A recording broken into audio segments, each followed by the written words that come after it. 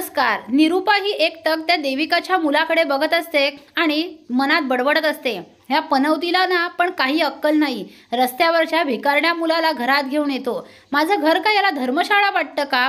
मूर्ख कुठला, असं बघत त्याच्याकडे बघत असते. तेव्हा तो देविकाचा मुलगा देखील निरूपाकडे बघून घाबरतो आणि तो बाजूला जाऊन लपतो. तेवढ्यात सत्या बाहेर येतो आणि सत्या म्हणतो, बंटी बंटी कुठे गेला? तेव्हा तो तिथे सोफ्याच्या मागे लपलेला असतो. तेव्हा सत्या म्हणतो, अरे बंटी, तुला लपायचं काहीच गरज नाही आहे. तुला इथे कोणीच मारणार नाही. सर्वजण तुझे लाड करतील.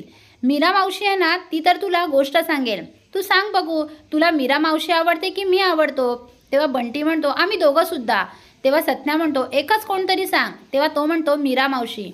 मग सत्या म्हणतो, रोज तुला तुझी आजी गोष्ट सांगते ना, आज तुला तुझी मीरा मावशी गोष्ट सांगणार. बंटीचे ते लाड बघून निरूपाला खूपच राग येत असतो. तिचा जळफळाट होत असतो. ती म्हणते, काय भिकारड्या रस्त्यावरच्या मुलाचे लाड करतायत? हे देविका ऐकते आणि देविकाला वाईट वाटतं.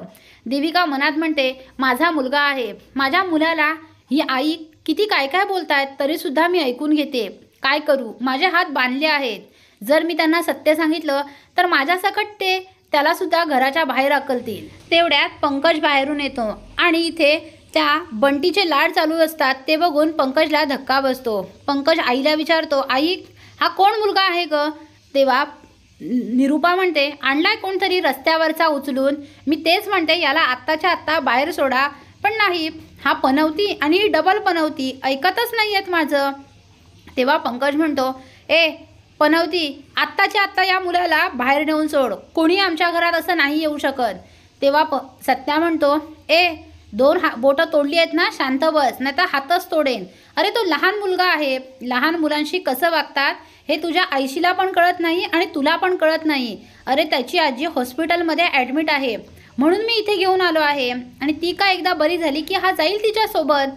तेव्हा लगेच बंटी म्हणतो, नाही नाही, मी नाही जाणार कुठे, मी इथेच राहणार. हे तर माझ्या मावशीचं घर आहे. आता मात्र बंटी असं म्हणतात सगळ्यांना मोठा धक्का बसतो.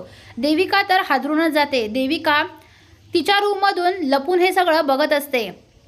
तेव्हा पंकज म्हणतो, ए तुझ्या मावशीचं घर कुठचं रे? इथे कोण नाही तुझी मावशी वगैरे राहत. तेव्हा बंटी म्हणतो, नाही, राहते माझी मावशी इथे, म्हणून तर मी इथे आलो आहे. तेव्हा सत्या म्हणतो, ए फुसक्या, अरे तो मावशी म्हणजे धूमकेतूला म्हणतोय. धूमकेतू त्याची मावशी आहे. हो ना रे बंटी? तेव्हा बंटी लगेच खोटं बोलतो. हो हो, मीरा मावशीच माझी मावशी आहे. तेव्हा निरूपा म्हणते, ए तुझ्या त्या मावशीला घेऊन तू पण जा घराबाहेर. इथे मला रस्त्यावरची मुलं नाही ठेवायची आहेत.